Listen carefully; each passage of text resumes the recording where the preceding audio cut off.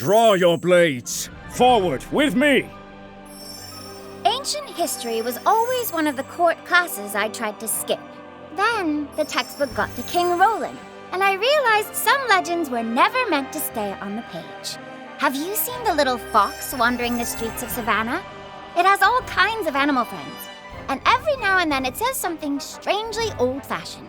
But when that fox reveals its true form, you find yourself standing before King Rolan himself, the founding monarch of the Lightbearer Empire. On the battlefield, Rolan is more than a warrior. He's the one holding the whole formation together. As soon as a battle begins, Rolan inspires his allies, raising their morale. For every set amount of morale the team has, their attack increases based on Rolan's initial attack. This morale has an upper limit. During battle, the allied team gains morale whenever an ally casts an ultimate. Morale also rises when a non-summoned enemy is defeated, but drops when an ally falls. If Rolan is defeated, the team permanently loses all morale and suffers reduced attack. When Rolan casts Undying Valor, he blesses the two allies with the highest cumulative damage dealt, making them unaffected and increasing their attack for a few seconds. If the allied team's morale is above a certain percentage, the blessed allies also gain haste while the blessing is active. When he casts his ultimate, Oath in the Stone, Rolan draws Excalibur. He removes dispellable debuffs from allies and redistributes their health so everyone is at the same percentage. Then, he increases all allies' max health and heals them for a massive amount. The max health gained from this skill gradually fades over time. When Rolan casts his ultimate, the allied team also gains extra morale. I have to admit, the sight of Rolan drawing Excalibur stayed with me for a long time.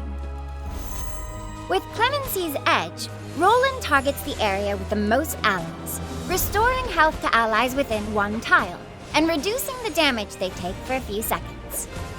If the team's morale is above a certain percentage, he also targets the area with the most enemies, dealing damage to enemies within one tile, and stunning them for a duration. After unlocking his exclusive skill, Rolan unleashes the unrivaled power of Radiant Rain. Once the allied team's morale reaches a certain percentage, Rolan creates a Radiant Ward that makes all allies immune to stat reductions. When an ally casts their ultimate, a Radiant Clone appears, inheriting part of that ally's basic stats and casting their ultimate again. While the ward is active, morale will not decrease unless Rolan is defeated. After the exclusive skill is upgraded, allies within the Radiant Ward recover health every second, while all enemies within it lose health every second. Rolan's presence stands for so many things. On the battlefield, he leads from the center, steadily raising morale and guiding his allies forward. Right after battle begins, Rolan quickly builds up morale and grants the whole team an attack boost. Once morale is high enough, he can empower key allies with powerful buffs, deploy his Radiant Ward to prevent stat reductions, and make each ally's ultimate even more impactful. Under Rolan's command, his allies keep their morale high throughout the fight, pressing on until victory is secured. I still don't like ancient history class, but if the legends in those textbooks could really step off the page, like that little fox turning into King Rolan and drawing Excalibur in front of everyone, then maybe I wouldn't be in such a hurry to skip the class.